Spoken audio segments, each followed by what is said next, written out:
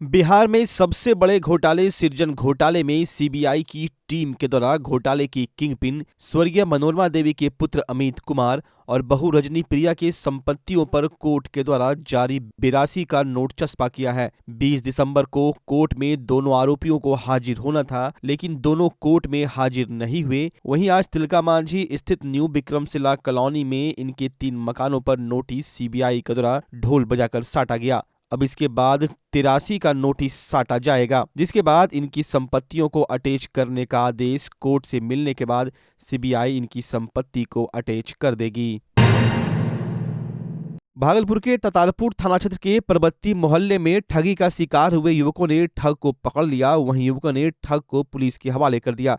ठगी का शिकार हुए युवकों का कहना है कि बेगूसराय के रहने वाला इंदर कुमार ने 2 दर्जन से अधिक छात्रों को मेडिकल में नौकरी दिलाने के नाम पर 20 से 25 हजार रुपये लिए थे और युवाओं को ट्रेनिंग के लिए पटना और मोतिहारी ले गया था। वहां 15 दिनों तक एक रूम में रखता था और ट्रेनिंग के नाम पर एक कॉलेज के रूम में ले जाता था। लेकिन जब युवकों ने नौकरी दिलाने की बात कही, तब ठग के द्वारा इसमें दूसरे युवकों को जोड़ने की बात कहा जाने लगा। इसके बाद सभी युवक वहां से घर आ गए और आज ठग फिर से इनके मोहल्ले में अन्य युवकों को नौकरी का झांसा दे रहा था।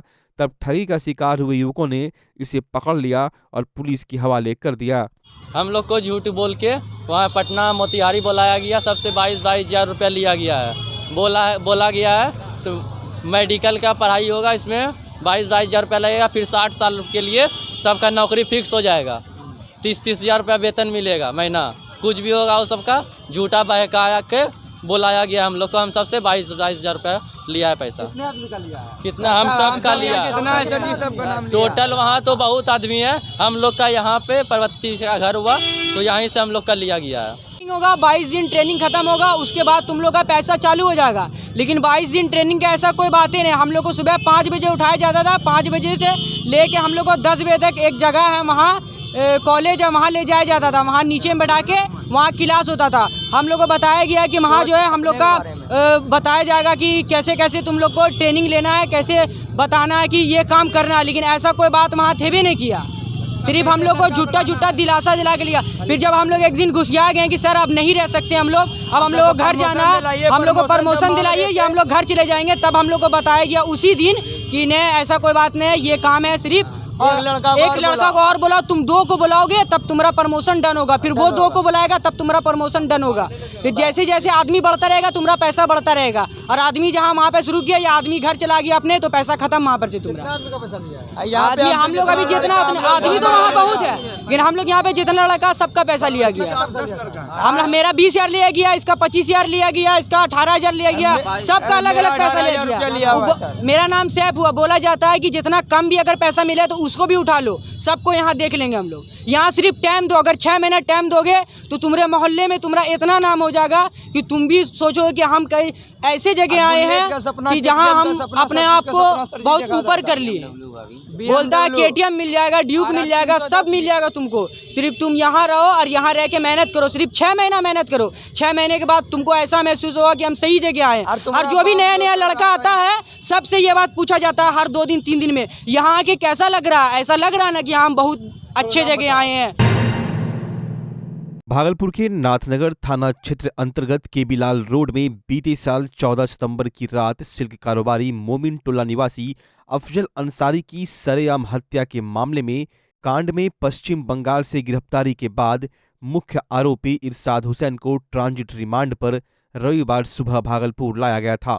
वहीं सोमवार को नाथनगर रेफरल अस्पताल में मेडिकल जांच के बाद उसे जेल भेज दिया गया। बता दें कि भागलपुर पुलिस की विशेष टीम ने तकनीकी अनुसंधान के आधार पर बीते शुक्रवार को आरोपी इरशाद को पश्चिम बंगाल के वर्धमान थाना क्षेत्र के दुबराज दिग्घी से गिरफ्तार किया था। अफजल हत्याकांड में पूर्व में 2 आरोपियों को पुलिस गिरफ्तार कर जेल भेज चुकी है, जबकि एक ने कोर्ट में सरेंडर किया था। पूर्व में इरशाद हुसैन के घर की पुलिस कुर्की भी कर चुकी है और आज न्यायिक हिरासत में जेल भेज दिया गया। 2024 के लोकसभा चुनाव में बिहार की सभी लोकसभा क्षेत्रों से भाजपा का सफाया हो जाएगा। उपरोक्त बातें भारत जोड़ो यात्रा के दौरान बिहार कांग्रेस के अध्यक्ष राज्यसभा सांसद अखिलेश सिंह ने संवाददाता सम्मेलन में नौगछिया के खगड़ा स्थित एक निजी होटल में कहा। उन्होंने कहा कि भारत जोड़ो यात्रा में समाज के सभी वर्गों के लोगों का भरपूर सहयोग मिल रहा है। खासकर युवाओं, महिलाओं व मजदूरों का झुकाव कांग्रेस की ओर हुआ है। आने वाले दिनों में कांग्रेस की वापसी निश्चित है। उन्होंने बताया कि 2014 के बाद देश में नफरत व घृणा की राजनीति के खिलाफ, बढ़ती महंगाई व बेरोजगारी के खिलाफ राहुल गांधी ने कश्मीर से लेकर कन्याकुमारी तक भारत जोड़ो यात्रा की शुरुआत की है। उन्होंने बताया कि आज बिहार में यात्रा का 5वां दिन है। भागलपुर को भाजपा की धरती कहा जाता है, परंतु जिस तरह यहां से मां बहनों द्वारा टीका लगाकर भारत जोड़ो यात्रियों का स्वागत किया गया, वह हम लोगों के लिए उत्साहित करने वाला है। उन्होंने कहा कि प्रदेश कांग्रेस के आग्रह पर राष्ट्रीय अध्यक्ष मल्लिकार्जुन खड़गे ने बिहार में यात्रा को हरी झंडी दिखाकर यात्रा की शुरुआत की। और हम लोगों को प्रसन्नता है बिहार प्रदेश कांग्रेस को कि पहली बार प्रदेश कांग्रेस कमेटी के आग्रह पर भारतीय राष्ट्रीय कांग्रेस के अध्यक्ष आदरणीय मल्लिकार्जुन खड़गे साहब ने हरी झंडी दिखाकर हम लोगों की यात्रा की शुरुआत की, बल्कि वो अपने प्रदेश में भी हरी झंडी नहीं दिखाने गए। और जिस तरह का स्वागत हुआ उसके लिए सभी कांग्रेस के नेताओं का, कार्यकर्ताओं का और बांका जिले के साथियों का भी हम आभार प्रकट करना चाहते हैं और उम्मीद करते हैं कि यहाँ आगे की भी जो यात्रा है उसी तरह का अपार समर्थन और स्नेह प्रेम हम लोगों को मिलेगा। कांग्रेस की तरफ, कांग्रेस नेतृत्व की तरफ, विशेषकर राहुल जी की तरफ जिस तरह से युवाओं का, महिलाओं का, किसानों का, मजदूरों का आकर्षण बढ़ा है, उससे मुझे निश्चित रूप से लगता है कि आने वाले चुनाव में कांग्रेस अपनी खोई हुई जमीन को बिहार में भी हासिल करेगी और देश में भी। आधुनिक भाग दौड़ भरी जिंदगी में धन संपत्ति के लोभ में रिश्ते में दरार आ रही है। जिस माता पिता ने अपनी खुशियां का त्याग कर जीवन भर लाड प्यार और बच्चों की परवरिश कर उन्हें मंजिल तक पहुंचाया, बड़ा आदमी बनाया, वही संतान अपने माता पिता को सम्मान नहीं दे रहे हैं। जीवन की धूप छांव में माँ बाप तमाम कष्ट झेल कर बच्चों को हर खुशियां देते हैं, लेकिन वही बच्चे अब माता पिता को फूटी आंख नहीं सुहा रहे हैं। इनमें निम्न से लेकर बुद्धिजीवी वर्ग के परिवार शामिल है। हमेशा किसी न किसी बात को लेकर बेटा बहू ताना देते रहते हैं। कभी दवा को लेकर, कभी अच्छा खाना नहीं मिलने की बात पर लड़ाई झगड़ा होना आम बात हो गई है। घर में नाती पोते को भी अनुभवों का खजाना समेटे बुजुर्गों से दूर रखा जा रहा है। जीवन भर बच्चों को प्यार देने वाली माँ बाप प्यार के दो बोल सुनने को तरस जाते हैं। जमीन जायदाद मकान देने के बाद भी बच्चे बुजुर्गों का अपमान करने से नहीं चूक रहे हैं, लिहाजा उन्हें अपमानित कर घर से बेघर कर दिया जाता है। जीवन के अंतिम पड़ाव पर इन्हें मजबूरन वृद्धाश्रम का सहारा लेना पड़ता है। अधिकतर बुजुर्गों के बच्चे उनके खोज तक करने नहीं आते। बिहार सरकार की सहारा वृद्धाश्रम में बुजुर्गों को तमाम तरह की सुविधाएं दी जा रही है। पटना के उमंग बाल विकास सोसाइटी के कर्मियों के द्वारा भागलपुर में वृद्धाश्रम का संचालन हो रहा है। भागलपुर जिले के सरमसपुर स्थित वृद्धाश्रम में कुल 30 बुजुर्ग जीवन यापन कर रहे हैं। यहाँ बंगाल सहित आसपास के जिलों के बुजुर्ग रह रहे हैं।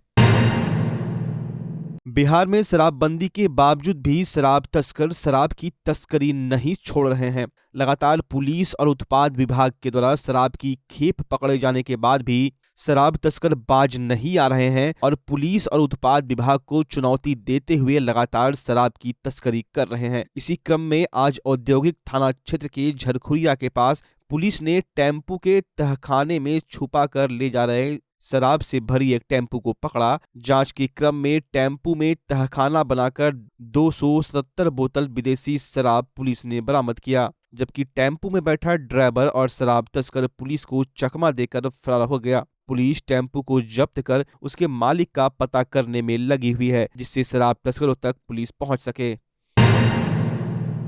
भागलपुर के सुल्तानगंज के कुम्हार गली में लालपीर बाबा दरगाह में 2 चोर द्वारा दान पेटी से चोरी करने पर सुबह चोर द्वारा चोरी की गई रुपये के साथ ग्रामीणों ने चोर को रंगे हाथों पकड़ लिया, जिसके बाद ग्रामीणों ने चोर की पिटाई कर दी और पुलिस प्रशासन को सूचना दी गई, जिसके बाद पुलिस मौके पर पहुंची और चोर को थाने ले गई। चोर की पहचान घाट रोड के तांती टोला के रहने वाले गुलशन कुमार के रूप में हुई है।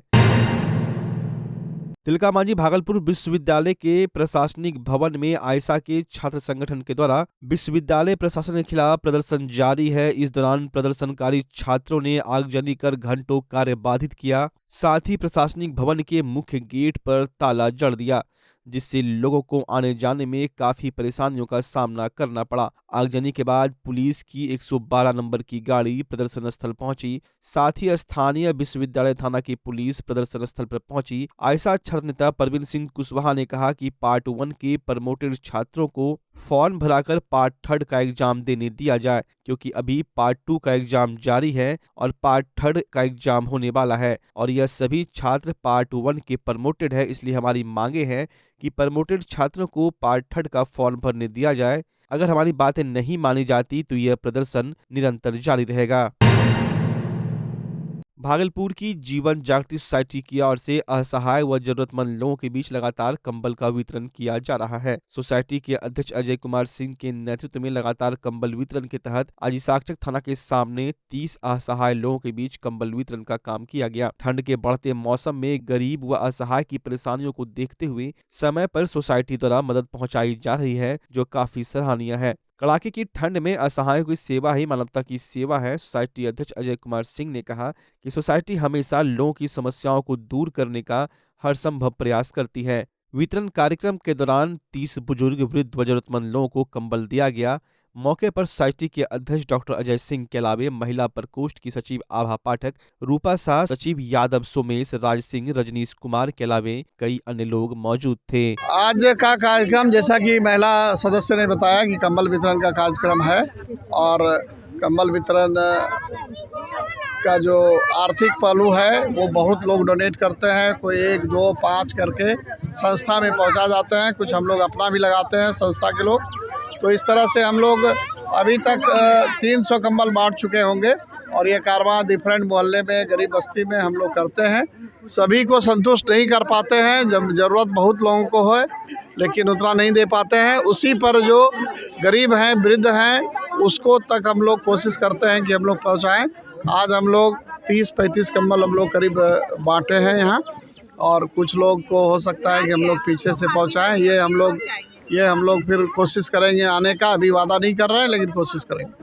मेरा आभा पाठक और हम लोग डॉक्टर अजय सर का ये अध्यक्ष का ये सोसाइटी है और सारे लोग इसमें सहयोग देते हैं। बहुत शहर के बड़े बड़े आदमी उनको देते हैं, हम लोग सब मिलके बांटते हैं। सब कोई देते हैं, बड़े बड़े आदमी, डॉक्टर सब, बहुत सब कोई शहर के और भी सब रहते हैं। हम लोग को बांटने के लिए, डोनेट करने के लिए यहाँ पे दिया जाता है। जीवन जागृति सोसाइटी की ओर से कंबल वितरण किया।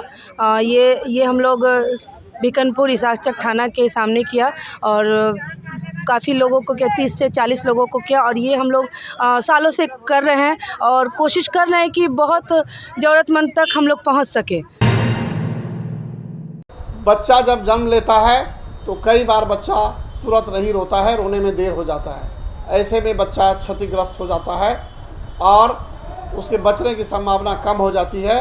और यदि बचा तो भविष्य में उसमें विकलांगता की समस्या आती है, जिसे सीपी कहते हैं, जिसका कोई माकूल इलाज नहीं है और ज़िंदगी भर बच्चा विकलांगता से जूझ सकता है। ऐसे में पूरे संसार में कूलिंग थेरेपी का सहारा लिया जाता है। जन्म से ठीक 6 घंटा के अंदर यदि उसको कूलिंग थेरेपी दिया जाए तो उससे उसका सीपी की समस्या कम होती है और बचने की भी संभावना बढ़ती है। पहली बार बिहार झारखंड में आपके शहर के स्नेह नवजात शिशु बाल सेवा केंद्र में यह मशीन उपलब्ध है। कभी भी ऐसी बात हो कि बच्चा रोने में विलम्ब हो गया तो आप स्नेह नवजात शिशु बाल सेवा केंद्र में ज़रूर संपर्क करें।